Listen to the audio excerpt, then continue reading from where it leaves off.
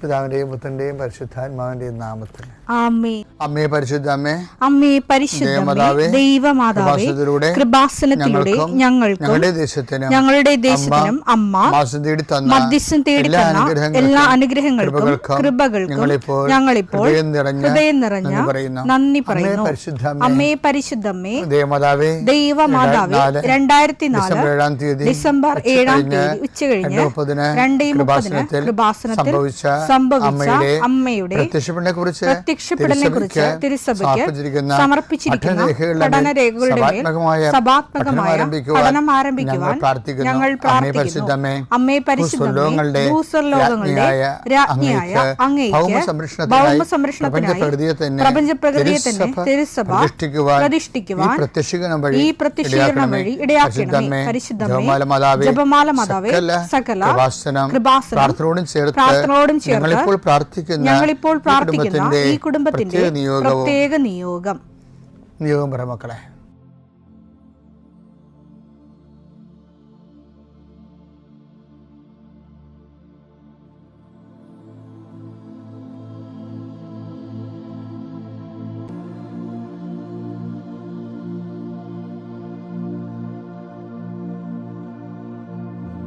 അമ്മയുടെ പ്രത്യക്ഷീകരണത്തിന്റെ ഈ അനുഗ്രഹവേളയിൽ ഞങ്ങൾക്ക് സാധിച്ചു തരുവാൻ കനിയണമേ.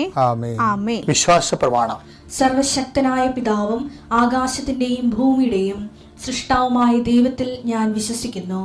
അവിടുത്തെ ഏകപുത്രനും ഞങ്ങളുടെ കർത്താവുമായ ഈശോ മിശിഹായിലും ഞാൻ വിശ്വസിക്കുന്നു. ഈ പുത്രൻ പരിശുദ്ധാത്മാവിനാൽ ഗർഭസ്ഥനായി കന്യകാമറിയത്തിൽ നിന്ന് പിറന്ന് പൊന്തിയോസ് പീലാത്തോസിന്റെ കാലത്ത് പീഡകൾ സഹിച്ച് കുരിശിൽ തറയ്ക്കപ്പെട്ട് മരിച്ച് അടക്കപ്പെട്ട് പാതാളങ്ങളിൽ ഇറങ്ങി മരിച്ചവരുടെ ഇടയിൽ നിന്ന് 3-ാം നാൾ ഉയർത്ത് സ്വർഗത്തിലേക്ക് എഴുന്നള്ളി സർവശക്തിയുള്ള പിതാവായ ദൈവത്തിന്റെ വലതുഭാഗത്തിരിക്കുന്നു. അവിടെ നിന്ന് ജീവിക്കുന്നവരെയും മരിച്ചവരെയും വിധിക്കുവാൻ വരുമെന്നും ഞാൻ വിശ്വസിക്കുന്നു. പരിശുദ്ധാത്മാവിലും ഞാൻ വിശ്വസിക്കുന്നു. വിശുദ്ധ കത്തോലിക്കാ സഭയിലും പുണ്യവാന്മാരുടെ ഐക്യത്തിലും പാപങ്ങളുടെ മോചനത്തിലും ശരീരത്തിന്റെ ഉയർപ്പിലും നിത്യമായ ജീവിതത്തിലും ഞാൻ വിശ്വസിക്കുന്നു. ആമേൻ. സ്വർഗ്ഗസ്ഥനായ ഞങ്ങളുടെ പിതാവേ, അങ്ങയുടെ നാമം പൂജിതമാകണമേ. അങ്ങയുടെ രാജ്യം വരണമേ. അങ്ങയുടെ തിരുമനസ് സ്വർഗത്തിലെ പോലെ ഭൂമിയിലും ആകണമേ. അന്നു വേണ്ടുന്ന ആഹാരം ഇന്ന് ഞങ്ങൾക്ക് തരണമേ. ഞങ്ങളോട് തെറ്റ് ചെയ്യുന്നവരോട് ഞങ്ങൾ ക്ഷമിക്കുന്നത് പോലെ ഞങ്ങളുടെ തെറ്റുകൾ ഞങ്ങളോടും ക്ഷമിക്കണമേ. ഞങ്ങളെ പ്രലോഭനത്തിൽ ഉൾപ്പെടുത്തരുതേ, തിന്മയിൽ ഞങ്ങൾ രക്ഷിക്കണമേ. ആമേൻ. നന്മ നിറഞ്ഞ മറിയമേ, സ്വസ്തി. കർത്താവ് അങ്ങയുടെ കൂടെ സ്ത്രീകളിൽ അങ്ങ് അനുഗ്രഹിക്കപ്പെട്ടവളാകുന്നു. അങ്ങയുടെ ഉദരത്തിൻ ഫലമായി ഈശോ അനുഗ്രഹിക്കപ്പെട്ടവനാകുന്നു. പരിശുദ്ധ മറിയമേ, തമ്പുരാന്റെ അമ്മേ, പാപികളായ ഞങ്ങൾക്ക് വേണ്ടി ഇപ്പോഴും ഞങ്ങളുടെ മരണസമയത്തും തമ്പുരാനോട് അപേക്ഷിക്കണമേ. ആമേൻ. കർത്താവേ, നിന്റെ ഉന്നതമായ നാമത്തിന് സ്തോത്രം ചെയ്യും. കർത്താവേ, നിന്റെ വിശുദ്ധ പൗരോഹിത്യത്തെ മഹത്വപ്പെടുത്തണമേ. കർത്താവെ, സഭയിലുള്ള സാന്നിധ്യം പ്രകടമാക്കണമേ. 40 വർഷം ഞാൻ അർപ്പിച്ച കൃപാന്റെ യുഗതിയാൽ കൃപാസ്ഥാനത്താറെ ജീവനോടെ പ്രത്യക്ഷപ്പെട്ട മാതാവിന്റെ മാധ്യസ്ഥ കർത്താവെ, അപചാരിതവും ആകസ്മികമായ അപകടങ്ങൾ, തൊഴിലുമായി ബന്ധപ്പെട്ട് വരുന്ന അപകടങ്ങൾ, അതെല്ലാം അങ്ങയുടെ മക്കളെ അങ്ങ് പരിപൂർണമായി സംരക്ഷിക്കണമെന്ന് യേശുനാമത്തിൽ പ്രാർത്ഥിക്കുന്നു. കർത്താവ്, അന്ധന് കാഴ്ച നൽകിയവനെ, ചെകിടിന് കേട് നൽകിയവനെ, ഊമന് സംഭാഷണ ശക്തി നൽകിയവനെ, മഹോരോഗ്യസ്യപ്പെടുത്തിയവനെ, തളർവാരോഗ്യസ്യപ്പെടുത്തിയവനെ, മരിച്ചവനെ ഉയർപ്പിച്ചവനെ, കർത്താവേ, നിന്റെ തിരുനാമം സ്തുതി പറയുന്നു. ഈ പ്രാർത്ഥന ചെല്ലുന്ന ഇടങ്ങളിലെല്ലാവരും രോഗികൾ കർത്താവിൻ്റെ നാമത്തിൽ ആശ്വസിക്കുകയും സൗഖ്യമാകുകയും ചെയ്യട്ടെ. കർത്താവെ, സമാധാനമില്ലാത്ത കുടുംബങ്ങൾ, ഭാര്യ ഭർത്താക്കന്മാർ അകന്ന് താമസിക്കുന്നവർ, കർത്താവെ, പരസ്പര സ്നേഹമില്ലാതെ കഴിയുന്നവരെ, ജീവിതം തന്നെ ഭാരമായി തോന്നുന്നവർ, മനസ്സിന് നിരാശ ജീവിക്കുന്നവർ, തൊഴിൽഭാരമില്ലാത്തവർ, തൊഴിൽഭാരത്തോടെ ജീവിക്കുന്നവർ, കർത്താവെ, ഒരു തീരുമാനമെടുക്കാൻ പറ്റാത്തവർ, അവർക്ക് ഇന്ന് 12 മണിക്കൂറിൽ തീരുമാനമെടുക്കാൻ കർത്താവിൻ്റെ നാമത്തിൽ ഞാൻ അവരെ ആശീർവദിക്കുന്നു. കർത്താവെ, ജീവിത മാർഗങ്ങൾ അറ്റുപോയവർ, മുട്ടിപ്പോയവർ, സാമ്പത്തിക ബാധ്യതകളായും ജീവന നടപടികളായും ഭീഷണീയമായ സാഹചര്യം ജീവിക്കുന്നവരെ, കർത്താവെ, മക്കളില്ലാത്തവരെ, കർത്താവെ, ഓരോരോ കാര്യങ്ങൾക്ക് വേണ്ടി ആ ലക്ഷ്യം നേടാൻ വേണ്ടി രാത്രിയും പകലും പ്രാർത്ഥിച്ചും ഉടമ്പടി ചെയ്തും ഉടമ്പടി കാര്യങ്ങൾ നിർവഹിച്ചുമൊക്കെ ജീവിച്ചു പോകുന്നവർ കർത്താവെ അവരെല്ലാം ആശീർവദിക്കണം പ്രാർത്ഥിക്കുന്നു. എൻ്റെ കർത്താവിൻ്റെ ഉന്നതമായ നാമത്തിൽ സഭയുടെ അധികാരത്തിൽ കുരിശിൻ്റെ അടയാളത്തിൽ യാത്രക്കാരെ ആശീർവദിക്കുന്നു, ഇൻ്റർവ്യൂ ഉള്ളവരെ ആശീർവദിക്കുന്നു, പരീക്ഷക്കാരെ ആശീർവദിക്കുന്നു, പരീക്ഷ റിസൾട്ട് പ്രതീക്ഷിക്കുന്നവരെ ആശീർവദിക്കുന്നു.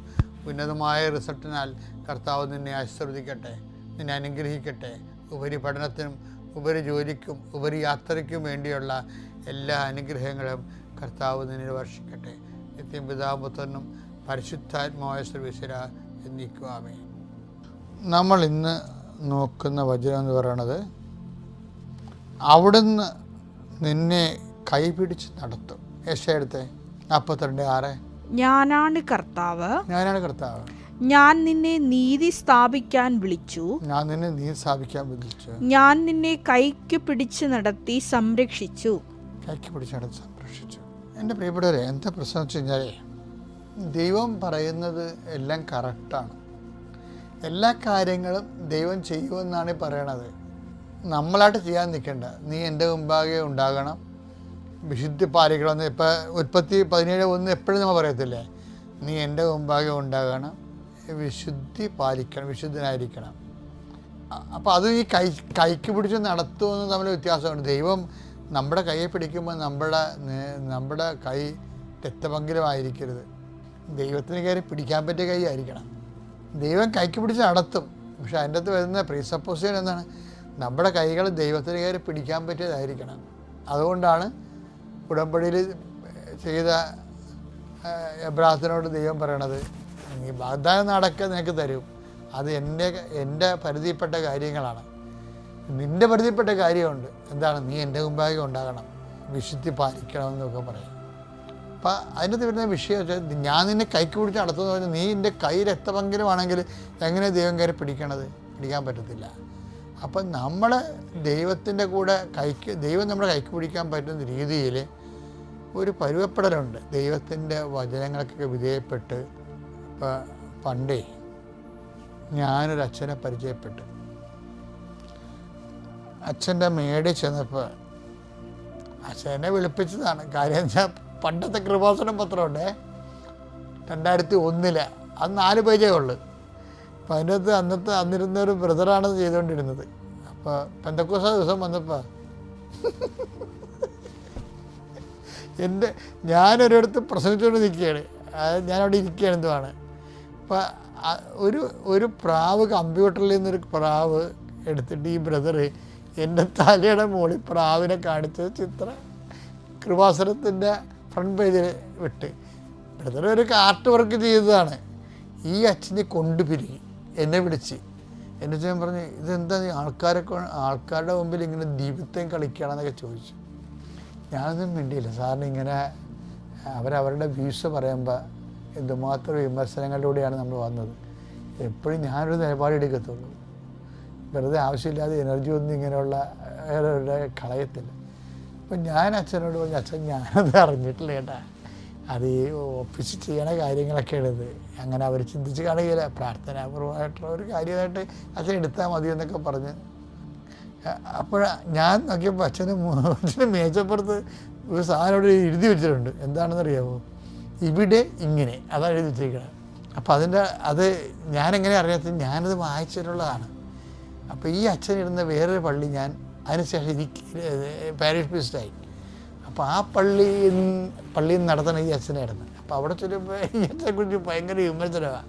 ആ അച്ഛനടുത്ത് ഞങ്ങൾ കല്യാണത്തിന് പോകുമ്പോഴാ, വേദപാഠത്തിന് പോകുമ്പോഴാ, കണക്ക് തീർക്കാൻ പോകുമ്പോഴാ, അങ്ങനെ പള്ളി പണിയിരിക്കും, ഇഷ്ടികയും അതുപോലെ തന്നെ സിമെൻറ്റൊക്കെ കോരിക്കൊണ്ട് ആത്മാർത്ഥമായിട്ട് കഷ്ടപ്പെടുന്ന അച്ഛനാണേ.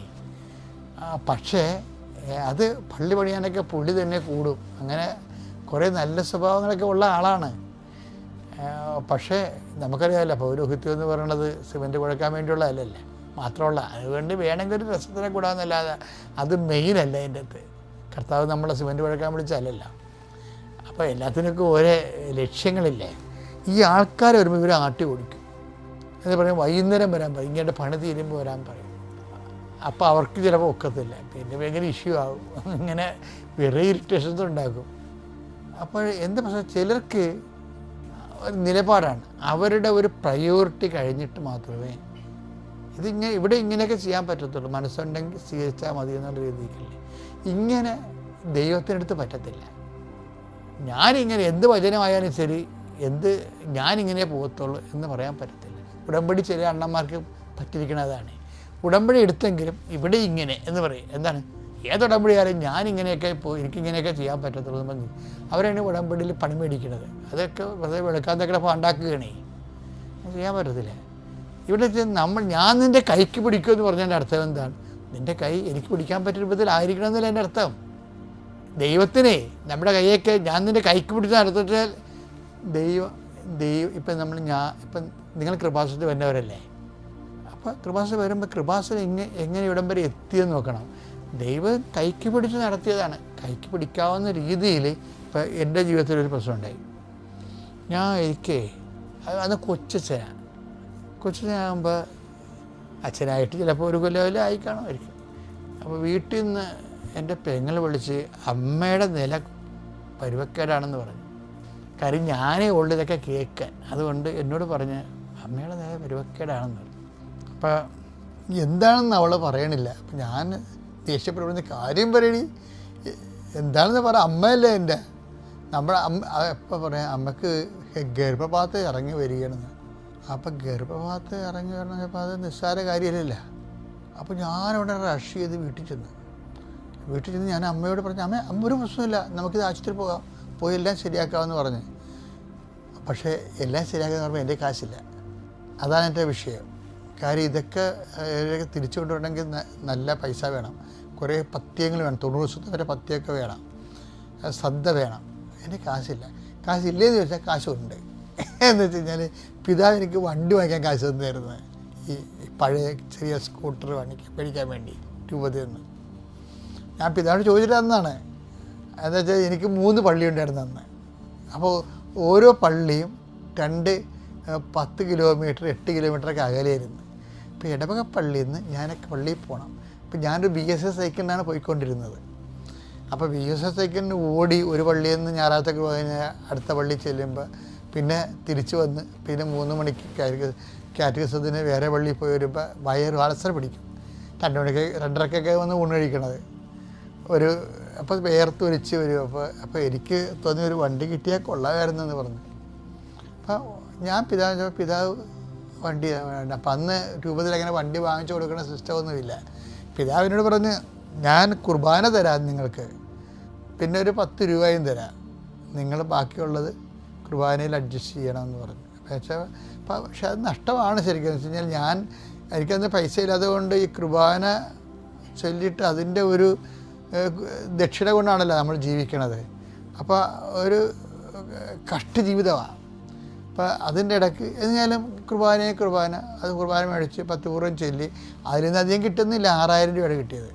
അപ്പോൾ ഈ 16,000 രൂപയ്ക്ക് ഒരു വണ്ടി വാങ്ങിച്ചു. അപ്പോൾ വണ്ടി വാങ്ങിച്ചില്ല, അതാണ് രസം.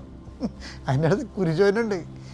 ഞാൻ 16,000 രൂപ കൈ ഒപ്പിച്ച് കഴിഞ്ഞപ്പോൾ ആണ് ഈ അമ്മയ്ക്ക് അസുഖം വന്നത്.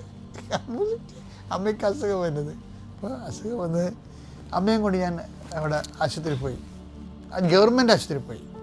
പിന്നെ പെങ്ങൾ അവിടെ നിർത്തി. ഞാൻ വന്നും പോയി നിന്ന് അമ്മയുടെ ഓപ്പറേഷൻ കഴിഞ്ഞ് അമ്മയെ തിരിച്ചു കൊണ്ടുവന്ന് അപ്പോൾ അമ്മയുടെ ഓപ്പറേഷൻ അമ്മ ഹാപ്പിയായി. അത്രയും നമുക്ക് സന്തോഷമായി. ആ കാശെല്ലാം തീർന്നു. കാശ് തീർന്നു വെച്ച് കഴിഞ്ഞാൽ കാശ് തിന്നപ്പോൾ ഞാൻ വന്നിട്ട് അന്ന് നമുക്കിതുപോലെ എൻ്റെ കപ്പേരിനോട് എനിക്ക് ഭയങ്കര ഇഷ്ടമാണ്. അപ്പം കപ്പേരിനോട് ഞാൻ പറഞ്ഞ് അമ്മയ്ക്ക് ഓപ്പറേഷനാണ്, കാശ് തീരാനായെന്ന് പറഞ്ഞു. അപ്പോൾ കപ്പേരിൻ്റെ കാര്യം മനസ്സിലായി. കപ്പേരെന്ന് പറഞ്ഞാൽ ഞങ്ങൾക്ക് അവിടെ അദ്ദേഹം മരിച്ചുപോയി, ജോസഫ് ചൊങ്ങന്തറ ജോസഫ്. അപ്പോൾ അദ്ദേഹത്തെ പറഞ്ഞപ്പോൾ അദ്ദേഹം ഞാനോട് ഭയങ്കര ആത്മബന്ധമാണ്. അപ്പോൾ ഞാൻ പറഞ്ഞു ഇതാണ് സംഭവം എന്ന് പറഞ്ഞു. അപ്പം അച്ഛാ ലേസായിക്ക് അച്ഛന് ഇഷ്ടമാണ്, അച്ഛനത് ജസ്റ്റ് ഒന്ന് സൂചിപ്പിച്ചാൽ മതി, അവൾ കൈകാര്യം ചെയ്യുമെന്ന് പറഞ്ഞു. അപ്പോൾ ഞാൻ ലെസ ചേച്ചി ഇവിടെ ഇയാളുടെ ഭാര്യ, ഞാൻ ലെസ ചേച്ചി ഹോസ്പിറ്റലാണ് അറിയാമല്ലോ അല്ലേ. അപ്പോൾ ലെസ ചേച്ചി ഒരു മാല ഊരി ഇങ്ങോട്ട് തന്നിട്ടും പറഞ്ഞു അച്ഛൻ ഇത് കൊണ്ടുപോയി എന്നാ വെച്ചാൽ ചെയ്തെന്ന് പറഞ്ഞു. അപ്പോൾ എനിക്ക് കടമില്ലാതെ വേറെ ആൾക്കാരുടെ കയ്യിൽ നിന്ന് കിട്ടാതെ എൻ്റെ കാര്യങ്ങൾ നടന്നു കിട്ടി. ഞാൻ അമ്മയെ ആശുപത്രിയിൽ നിന്ന് കൊണ്ടുവന്ന് പിന്നെ ഇവിടെ. പക്ഷേ എന്താ പ്രശ്നം വെച്ച് കഴിഞ്ഞാൽ അതിൽ പിതാവിന് അന്നത്തെ ബിഷപ്പിന് ഇതൊന്നും അറിയപ്പത്തില്ല. ഞാൻ അമ്മയെ ആശുപത്രി കൊണ്ടുവന്ന് സന്തോഷത്തിന് ഇരിക്കുക. അമ്മ ഇനി ഭക്ഷണമൊക്കെ കഴിച്ച് ഉറങ്ങി അമ്മ സന്തോഷമായിരിക്കുമല്ല, വലിയ എന്തോ ആശ്വാസമല്ലേ. പക്ഷേ പെട്ടെന്ന് പിതാവ് 2 ദിവസം കഴിഞ്ഞപ്പോൾ എന്നെ വിളിച്ചു കഴിഞ്ഞാൽ നിങ്ങൾ അപ്പോൾ ഇവിടുന്ന് എന്നെ ഇടവകയിൽ കുറച്ച് പേര് സഹായിച്ചായിരുന്നു. എന്ന് വെച്ച് കഴിഞ്ഞാൽ അങ്ങനെ എല്ലാ സഹായങ്ങളും ഉണ്ടാവേ ഇടവകയ്ക്ക് ഇരിക്കുമ്പോൾ. ഇങ്ങനെ വണ്ടി പിടിക്കാൻ കൊടുത്ത കാശിന് വീട്ടിൽ കൊണ്ടേ കൊടുത്തെന്ന് പറഞ്ഞുകൊണ്ട് ഭയങ്കര ആക്ഷേപം. ഇടവകയിൽ നിന്ന് ആരോഗ്യ രഹസ്യത്തിന് ബിഷപ്പ് ഹൗസ് വിളിച്ച് പറഞ്ഞതാണ്. ഞാൻ പേടിച്ച് ഇങ്ങനെ ബിഷപ്പ് ഹൗസ് ചോദിച്ചു പറഞ്ഞു. അപ്പോൾ അച്ഛൻ വണ്ടി വാങ്ങിച്ചാന്ന് ചോദിച്ചു. വണ്ടി വാങ്ങിച്ചത് ഞാൻ പറഞ്ഞു പിതാവേ ഇങ്ങനൊരു സംഭവം ഉണ്ടായി. അപ്പോൾ ആൾക്കാർ അങ്ങനെയൊന്നും അല്ലല്ലോ പറഞ്ഞു, അച്ഛൻ വീട്ടിൻ്റെ കാശ് മുടക്കിയെന്നല്ല പറയണമെന്ന് എൻ്റെ അടുത്ത് പിതാവ് ക്ഷോഭിച്ചു. ഞാൻ ക്ഷോഭിച്ചില്ല. കാര്യം പിതാവ് ക്ഷോഭിക്കേണ്ടതാണ് ശരിക്കും. അത് കാരണം ക്ഷോഭിക്കാനുള്ള വകുപ്പ് അതിനകത്തുണ്ട്. പക്ഷേ ഇതാണ് എൻ്റെ അവസ്ഥ. പക്ഷെ എന്നാലും ഈ ലിസച്ചി തന്ന കാശും എല്ലാം കൂടി എടുത്തിട്ട് കുറച്ച് കടമൊക്കെ വാങ്ങിച്ചിട്ട് 16,000 രൂപ ഒപ്പിച്ച് ഞാനൊരു വണ്ടി വാങ്ങിച്ചു. വണ്ടി വാങ്ങിച്ചെന്ന് പറയുമ്പോൾ എന്താ വെച്ച് കഴിഞ്ഞാൽ പഴയ ഇപ്പോൾ കേട്ടച്ചിരി ഒരു M80 ആണ്. ആ വണ്ടിയാണ് പിന്നീട് മീൻ ലോഡ് വണ്ടിയായിട്ട് കേരളം മുഴുവനും കറങ്ങിയത്. പിന്നീട് ഞാൻ മേടിക്കുമ്പോൾ അത് വണ്ടിക്ക് മീൻ വണ്ടിയൊന്നും അല്ലായിരുന്നു, നല്ല വണ്ടിയായിരുന്നു. 86-ലാണ് വണ്ടി ഇറങ്ങണത്. നല്ലവണ്ണം പുള്ളിങ്ങൊക്കെ ഉള്ള വണ്ടിയായിരുന്നു. പക്ഷേ വണ്ടി വാങ്ങിച്ച് ഞാൻ വണ്ടി ഒന്ന് ഓടിച്ചൊക്കെ നോക്കണ സമയത്ത് പിന്നെയും ബിഷപ്പ് വിളിച്ച് എന്താ പറയണത്, നിങ്ങൾക്ക് ട്രാൻസ്ഫറാണ്, ആ വണ്ടി അവിടെ വെച്ചിട്ട് ട്രാൻസ്ഫർ കിട്ടുന്ന പള്ളിക്ക് പോകുമ്പോൾ ആ വണ്ടി പള്ളിക്ക് വേണ്ടിയാണ് വാങ്ങിച്ചിരിക്കണമെന്ന് പറഞ്ഞു. പള്ളിക്ക് വേണ്ടി, അല്ല അച്ഛന് സ്വന്തമായിട്ട് വാങ്ങിച്ചിരിക്കണമല്ലെന്ന് പറഞ്ഞു. ഇതിൻ്റെ അകത്തൊരു പ്രശ്നമുണ്ട്. എന്താ പ്രശ്നം? ഇതിൻ്റെ അകത്ത് കുർബാന ഉണ്ട് ഇല്ലേ? അപ്പോൾ എനിക്ക് വേണ്ടി ന്യായമായിട്ടും പറയാം പിതാവ് ഈ വണ്ടി കൊടുക്കത്തില്ല. കാരണം എന്താണ്, ഇതിൽ ഞാൻ കുർബാന ചൊല്ലിയ എൻ്റെ സ്വകാര്യമായ സമ്പത്തിൻ്റെ അത് ഇൻവെസ്റ്റ് ചെയ്തിട്ടുണ്ട്.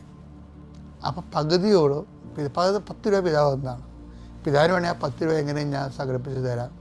അന്ന് സംഘടിപ്പിക്കാൻ പാടാണ്. അങ്ങനെ പറഞ്ഞാൽ മതിയായിരുന്നു എനിക്ക്. പക്ഷേ ഒരക്ഷരം ഞാൻ മിണ്ടിയില്ല, അവിടെ കണക്ക് പറഞ്ഞില്ല. എനിക്ക് അതായത് ഞാൻ പിതാവിന് താക്കോൽ കൊടുത്തു. താക്കോലിൻ്റെ വന്നച്ഛന്, ഏത് അച്ഛനാണ് വന്നത് ആ അച്ഛന് താക്കോൽ കൈമാറുമ്പോഴും ഞാൻ ഈ ചരിത്രമൊന്നും അവരോട് പറയത്തില്ല. ബിഷപ്പിനോടും ആ ചരിത്രം പറഞ്ഞില്ല. ബിഷപ്പിനോട് പറയുമ്പോൾ ബിഷപ്പ് ഓർക്കും, അയ്യോ ശരിയാണല്ലോ അച്ഛൻ ഞാൻ കുർബാന കൊടുത്തല്ലേ, അച്ഛൻ്റെ പൈസ ആണല്ലോ പകുതി ഉള്ളതെന്ന് വേണമെങ്കിൽ പിതാവിന് വേണമെങ്കിൽ. പക്ഷേ അത് ഞാൻ പിതാവിന് പറഞ്ഞില്ല. പിതാവ് വൺസ് ഇങ്ങനെ പറഞ്ഞ സ്ഥിതിക്ക് ഞാൻ ആ താക്കോൽ കൈയേൽപ്പിച്ചു കൊടുത്തു. അപ്പോൾ എന്താ വിഷയം, എനിക്ക് തോന്നുന്നത് ഇവിടം തൊട്ടാണ് കർത്താവ് എന്നെ നോട്ടപ്പുള്ളിയാക്കിയത്. ഇന്ന് നമ്മൾ കാണുന്ന കൃപാസനത്തിലൂടെ വരണത് ഇതെന്താണെന്ന് വെച്ചാൽ, ഇത് ദൈവം നമ്മുടെ കൈക്ക് പിടിക്കും. ഞാൻ നിന്നെ കൈക്ക് പിടിച്ച് നടത്തുമെന്ന് പറഞ്ഞില്ലേ, ആ ദൈവം നിന്നെ കൈക്ക് പിടിക്കുമ്പോൾ ദൈവത്തിന് പിടിക്കാൻ പറ്റിയ കൈയായിരിക്കണം. കർത്താവിന് അന്ന് മുതൽ എന്നെ നോട്ടപ്പുള്ളിയാക്കി. കാര്യം എല്ലാ ന്യായവും നീതിയും എല്ലാം വെച്ചുകൊണ്ട് ഞാൻ എൻ്റെ അമ്മയെ നോക്കി സംരക്ഷിച്ചു, ഞാൻ ഈ ഇടവകയെ സംരക്ഷിച്ചു, പിതാവിൻ്റെ വാക്ക് കേട്ട് ഞാൻ താക്കോല് കൊടുത്തു. അപ്പോൾ ഇതെന്താ സംഭവം, അന്ന് മുതൽ നമ്മുടെ കയ്യെ പിടിക്കാൻ ദൈവത്തിന് തോന്നും. അന്ന് മുതൽ നയിക്കണതാണ്, അന്ന് മുതൽ കൈ പിടിച്ച് നടത്തുന്നതാണ്.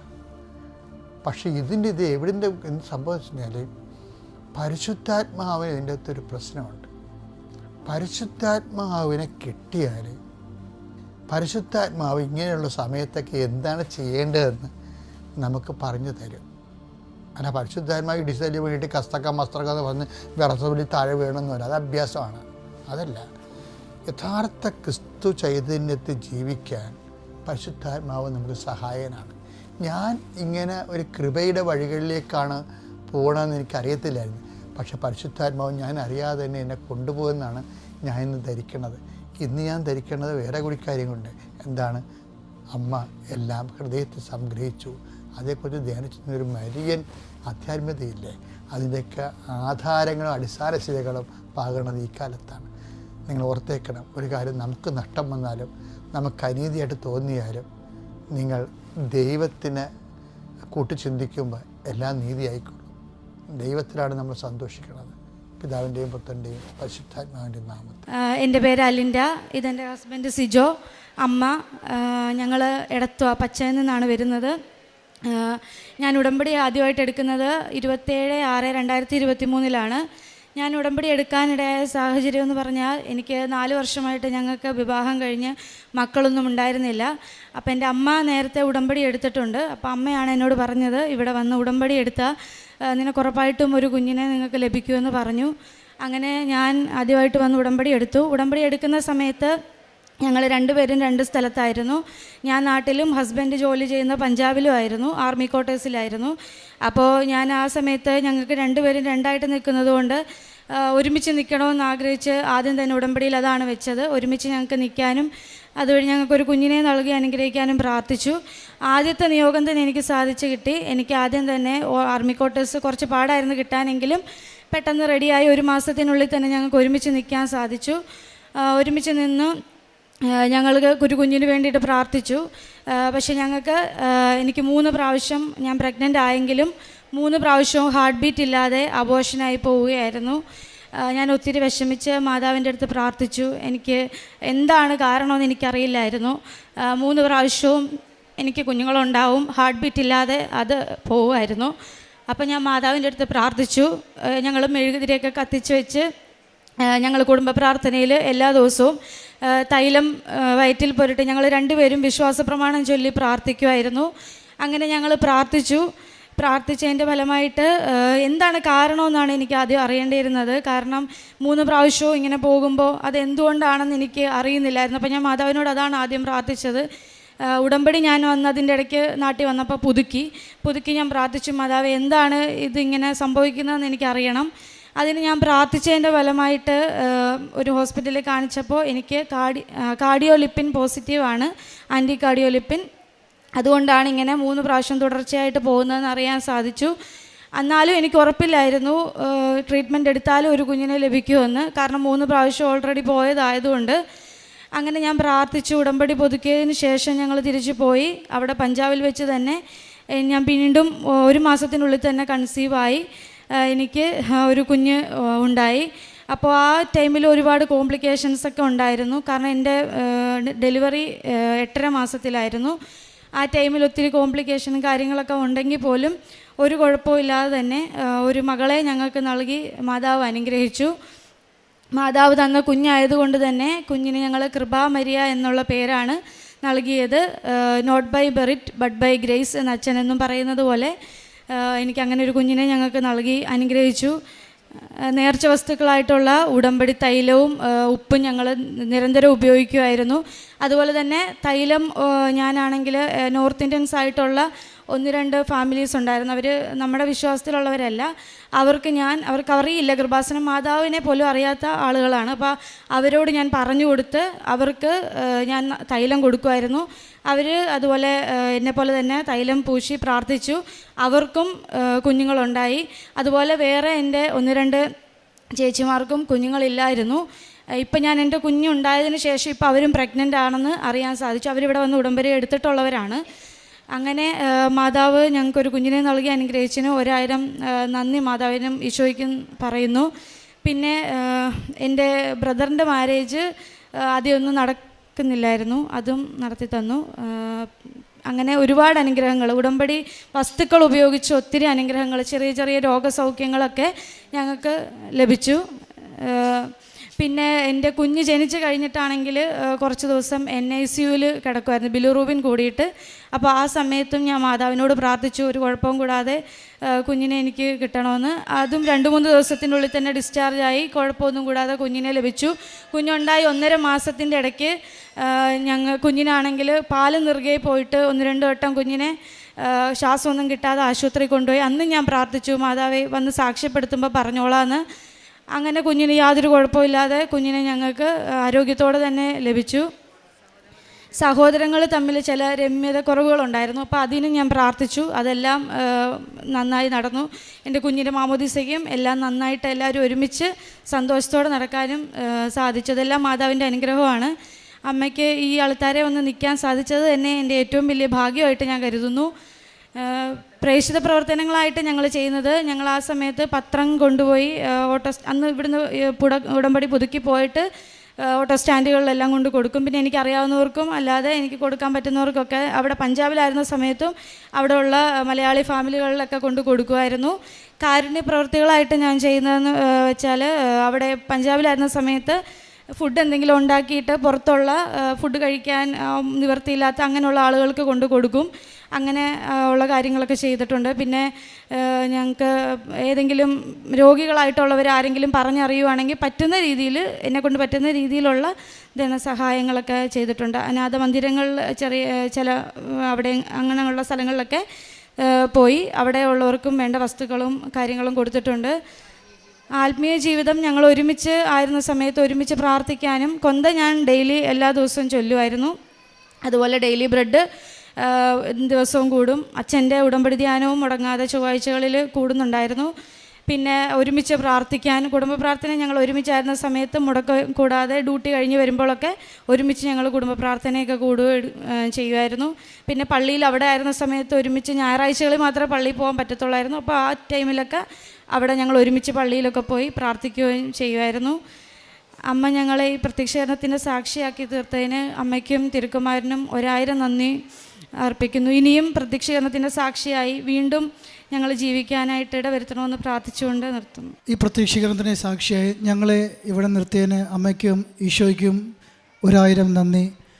അങ്ങനെ ഞങ്ങൾക്ക് ഇപ്പോൾ 3-4 വർഷമായിട്ട് കല്യാണം കഴിഞ്ഞിട്ട് കുഞ്ഞുങ്ങളില്ലാതിരുന്നപ്പോൾ ഒരു കുഞ്ഞിനെ തന്ന് അനുഗ്രഹിച്ച അമ്മയ്ക്കും ഈശോയ്ക്കും 1000 നന്ദി അർപ്പിക്കുന്നു. ലൂക്കായുടെ സുവിശേഷം 1-ാം അധ്യായം 37-ാം വചനം പറയുന്നത് ദൈവത്തിന് അസാധ്യമായി ഒന്നുമില്ല എന്നാണ്. യോഹന്നാൻ്റെ സുവിശേഷം 2:5 കാനായിലെ വിവാഹ വിരുന്നിൽ പരിശുദ്ധ അമ്മ നമ്മളോട് പറയുന്നത് അവൻ പറയുന്നത് ചെയ്യുക എന്നതാണ്. അന്നും ഇന്നും പരിശുദ്ധ അമ്മ അത് തന്നെയാണ് നമ്മളോട് പറയുന്നത്.